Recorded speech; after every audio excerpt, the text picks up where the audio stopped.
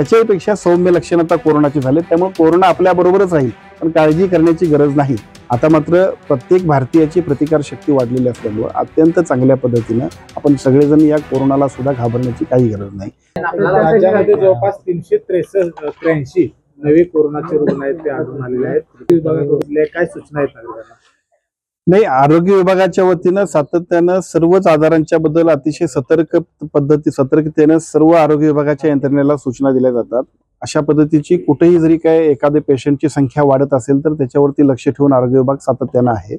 परंतु आता जी काही वाढलेली आकडेवारी आपण सांगताय, आपण महिनाभर बघतोय की कोरोनाच्या संख्येमध्ये विशेषतः देशभरामध्ये वेगवेगळ्या ठिकाणी काही संख्या अलीकडच्या काळात वाढते, त्यामुळे साहजिकच अनेक लोक याविषयी विचारणा करतायत।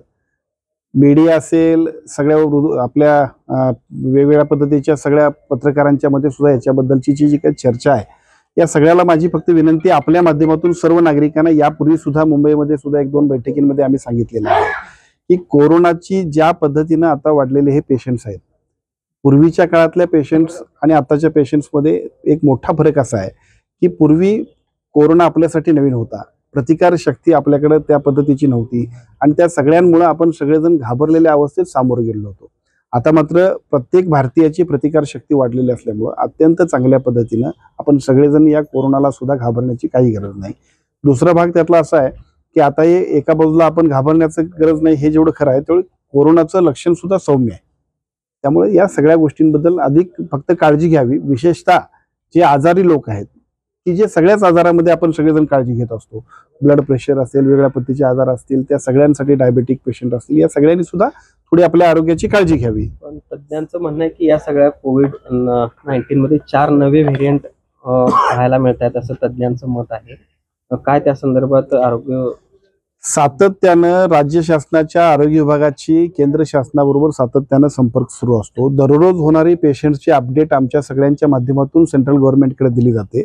यापूर्वी सुद्धा 8 दिवसांपूर्वी एक बैठक झाली की ज्या बैठकीमध्ये सेंट्रल गव्हर्नमेंटने सांगितलं की सौम्य लक्षण आहेत, त्यामुळे पहिल्यांदा आपण लोकांना पॅनिक करू देऊ नका, लोकांना अतिशय निवांतपणाने त्यांचं काम करू द्या, ही सूचना सेंट्रल गव्हर्नमेंटने आम्हालाही दिली। आणि माझी विनंती आपल्या माध्यमातून सगळ्या नागरिकांना आहे की पॅनिक व्हायची अजिबात गरज नाही, फक्त आपल्या आरोग्याची काळजी घ्या, आपल्या डॉक्टरांचा सल्ला घेऊन आपण योग्य त्या पद्धतीने आरोग्यपूर्ण अशा पद्धतीचं आपलं कामकाज करा।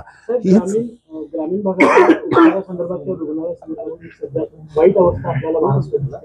कालचं एक उदाहरण द्यायचं म्हटलं तर एक महिला साधारण सर्वसामान्य लोकांपर्यंत आपली योजना किंवा आपल्या दवाखाना पोहोचण्यासाठी काय? कालची घटना जी पेपरला आपण बघितली, ती बघितल्यानंतर निश्चितपणाने त्याची चौकशी आणि त्याच्याबद्दल आम्ही योग्य त्या पद्धतीने जर आमच्याकडून काय दिरंगाई झाली असेल तर निश्चितपणाने आमच्या यंत्रणेला आम्ही योग्य त्या कायदेशीर कारवाई करण्याबद्दलच्या सूचना देऊ।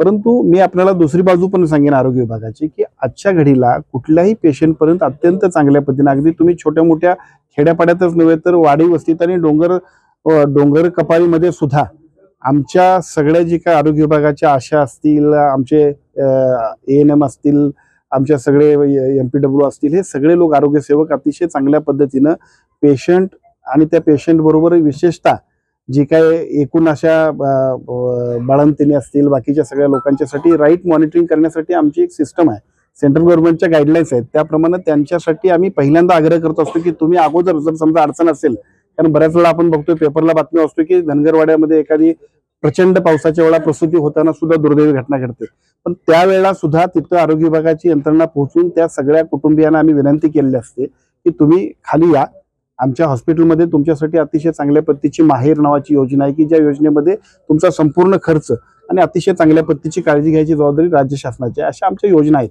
परंतु जर ही अशी घटना घडली असेल तर त्यातली वस्तुस्थिती काय आहे हे बघू, आणि जर असं असेल आमच्याकडून चूक असेल तर निश्चितपणे आमच्या यंत्रणेला सुद्धा त्याबद्दल जी काही कारवाई करायला पाहिजे त्या सूचना दिल्या जातात। आपण कोरोनाबाबतचं आवाहन तर नागरिकांना केलेलंच आहे, मात्र कोरोनाची आकडेवारी जी आहे मुंबई महापालिका लपवत असल्याचा धक्कादायक प्रकार आहे, उघडकीला आले, का लपवते आकडेवारी असा सवाल देखील आता विचारला जातो। मुळात मी आपणाला एवढंच सांगेन की लपवायची गरज अजिबातच नाही, लपवायची गरज नाही आणि वस्तुस्थिती लोकांपर्यंत सांगण्याची मात्र गरज आहे। याची लक्षणं सौम्य आहेत। काल सुद्धा जर आपण बघितलं असेल लोकसत्ताला एक बातमी होती आणि त्या बातमीमध्ये एका जबाबदार डॉक्टरांनी सांगितलेलं होतं की आता कोरोना सर्दी खोकलं म्हणजे सर्दी खोकलं जे आपण म्हणतो खोकला, सर्दी खोकला किंवा फ्लू तसा आपल्याबरोबर राहील आता, पूर्वीच्या काळात स्वाईन फ्लू होता की ज्याची भीती आपल्याला वाटत होती, परंतु आता स्वाईन फ्लूचे पेशंट अधूनमधून आपल्याला दिसतात, पण तेवढी तीव्रता त्याची नाही. त्याच्यापेक्षा सौम्य लक्षण आता कोरोनाची झाले. त्यामुळे कोरोना आपल्या बरोबरच राहील, पण काळजी करण्याची गरज नाही, असं सगळ्या डॉक्टरांचं जे काही मत आहे तेच अधोरेखित करून आपण सगळ्या लोकांपर्यंत ते सूचना देऊ. डॉक्टरांना काही विशेष सूचना याबद्दल दिल्या जाणार का भविष्यात जर पेशंट वाढले तर? पेशंट कुठलेही वाढले, केवळ कोरोनाच नव्हे, वेगवेगळ्या पद्धतीची त्या ठिकाणी सुद्धा एखादी साथ आली तर त्या साथीमध्ये सुद्धा जे पेशंट्स वाढतात, काविळीची पेशंट्स असतील, अन्य असतील, तर साथ आजाराच्या विषयावरती सुद्धा त्या ठिकाणी आपल्या आरोग्य विभागाची यंत्रणा आणि त्याचबरोबर तिथल्या खासगी लोकांना सुद्धा तात्काळ योग्य त्या उपाययोजना करण्यासाठी तिथले सिव्हिल सर्जन, डेप्युटी डायरेक्टर, आरोग्य विभागाची यंत्रणा कामच करत असते. परंतु आजच्या घडीला जी काय पेशंटची संख्या वाढते, आपण बघितलं असाल महिन्याभरातले आपण आकडेवारी बघतोय. आपण एकेका गावामध्ये त्यावेळेला 300 आणि 350 वाढत होते. भयंकर असा वेग त्यावेळेला होता, पण त्यावेळेला लक्षणही तेवढीच गंभीर होती आणि आजाराबद्दलची भीती होती. पण आता आजाराला घाबरण्याची गरज नाही, फक्त आपल्या आरोग्याची काळजी घेण्यासाठी आपल्या फॅमिली डॉक्टरांचा सल्ला घेऊन अत्यंत चांगल्या पद्धतीनं आरोग्यपूर्ण काम करावं, एवढीच विनंती आपण सगळेजण मिळून सगळ्या नागरिकांना करूया. साहेब सेल्समॅन असा एक व्हिडिओ एका खासगी डॉक्टरचा सध्या मोठ्या प्रमाणात व्हायरल होतो. तो डॉक्टर मुंबईत एका रुग्णालयामध्ये काम करतोय. त्याचं म्हणणं असं आहे की आम्हाला प्रत्येक महिन्याला जास्तीत जास्त पेशंट दवाखान्यात वाढावे याच्यासाठी टार्गेट दिलं जातं, अशा पद्धतीचा जो व्हिडिओ आहे. या व्हिडिओची काय शहानिशा आपण करणार आहात का, या संदर्भात काही चौकशी करणार? मी व्हिडिओ बघितलेला नाही, मला माहिती घ्यावी लागेल आणि जर ती माहिती घेतल्यानंतर त्याच्यावर बोलणं अधिक उचित होईल. लाडकीचे पैसे, आदिवासींचे पैसे तिसऱ्यांदा त्या विभागाकडून लाडकी बहीण योजना ही राज्यातल्या सर्व महिलांच्यासाठी, सर्व भगिनींच्यासाठी आणि संपूर्ण सगळ्या महाराष्ट्रातल्या संपूर्ण सर्वसामान्य कुटुंबाच्यासाठी अत्यंत महत्वाची योजना आहे. त्यामुळे साहजिकच ही योजना अधिक प्रभावीपणे राबवताना एखाद्या खात्यातले जरी काही पैसे वळवले असतील तरी त्या खात्याला सुद्धा योग्य पद्धतीचा निधी दिला जाईल. शेवटी शासन आपलं आहे, विभाग सगळेच आपले आहेत, पैसे इकडे असतील तिकडे असतील, शेवटी शासनाच्या सगळ्या विभागाला न्याय द्यायची जबाबदारी आहे. त्याप्रमाणे निश्चितपणाने सरकार धोरण घेईल. चला, थँक्यू.